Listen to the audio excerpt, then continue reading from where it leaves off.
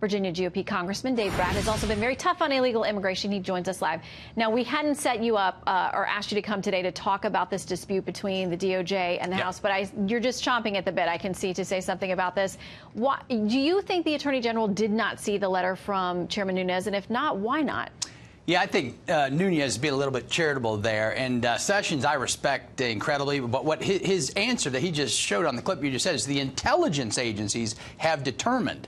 Well, the intelligence agencies work underneath the president, and they're co-equal to the Congress, and Congress is Article 1 before Article 2, the president. And so when we ask for documents that are all redacted and marked up with black lines, it's not us asking, it's the American people asking. We're the representatives of the people. So basically what you're hearing from Sessions is the Attorney General and the intelligence agencies don't want to give documents to the American people so that we can run our government of, by, and for the people. And you know the DOJ says they have been providing you guys the documents. I don't know where this is getting crossed, you know, wires here, because they say they've provided documents. They have a center set up there at DOJ where people from either side of the aisle can come and look at hundreds of thousands of pages of documents. Now, the scope memo that launched the entire thing, the Russia investigation, heavily redacted. I know that they say they can't give you that because there's an ongoing criminal investigation, but there's a federal judge who has given them 2 weeks to cough it up. Right. And so there's Article 3, the judiciary said, thank God a judge has stepped in and said, you don't determine the scope, I do.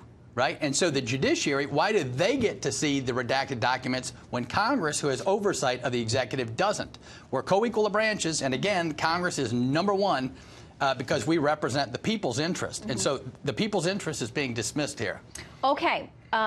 We'll allow there's some agreeing to disagree between the House GOP and the DOJ. In the meantime, let's talk about immigration. Great. The Attorney General very tough on this today, including this message he said about those who would try to bring youngsters here to the U.S. If you smuggle illegal aliens across our border, then we will prosecute you. If you are smuggling a child, then we will prosecute you.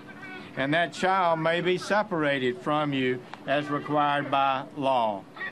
The New York Times picking up on that. A couple of weeks ago, they said more than 700 children have been taken from adults claiming to be their parents since October.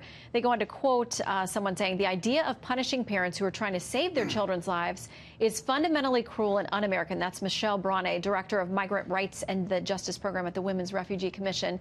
What do you make of this? Because, the Justice Department says we are doing that in some cases. Yeah, this is exactly why you need to pass the Goodlatte bill, because it's a well-thought-out, rational policy that's systematic and covers all of these bases, right? So the left, we said, OK, we'll give you 700,000 DACA relief. Bring the kids out of the shadows. That's compassionate. Trump even went beyond that. He said, we'll do 2 million. And the left says no to that deal. Right. And so what we're trying to keep from happening is we want to be compassionate to the people in the shadows. But if we keep showing compassion over and over and over, and we send a signal and put out a green light, hey, keep coming from Honduras, Guatemala, South America, Central America, across the border illegally, right, then you don't have the rule of law anymore. And that we have to be stiff on. Right. So we need to send a very clear signal.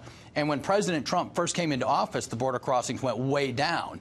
And then it's only after we've gotten lax, right? Paul Ryan promised us we would pass that Goodlatte bill this year, and that's why this is so important. That will send a signal to the rest of the world. Hey, the United States is a beacon of liberty. We're welcoming. We're compassionate.